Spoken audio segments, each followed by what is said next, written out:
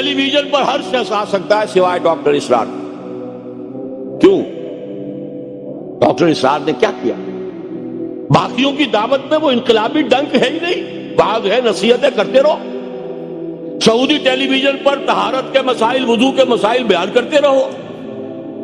लेकिन अगर हुकूमत के मसाइल बयान करोगे तो कल तुम्हारा पता भी नहीं चलेगा तुम गए कहां। मुलूकियत की नफी करूंगा तो क्या होगा? जो हुआ है हजरत हुसैन और उनके 72 साथियों के साथ, कलमा गोई थे ना वो भी, जिन्होंने उन्हें शहीद किया थे तो कलमा गो। लिहाजा तहारत के मसाइल, वुजू के मसाइल, नमाज के मसाइल, हैज के मसाइल, नफास के मसाइल खूब बयान करो, तलाक के मसाइल खूब बयान करो।